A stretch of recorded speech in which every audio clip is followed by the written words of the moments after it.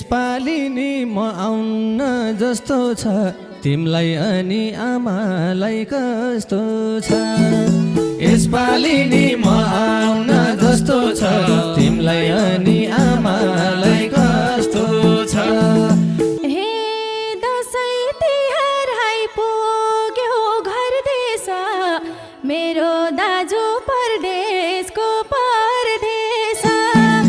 दसैँ तिहार आइपुग्यो घर देश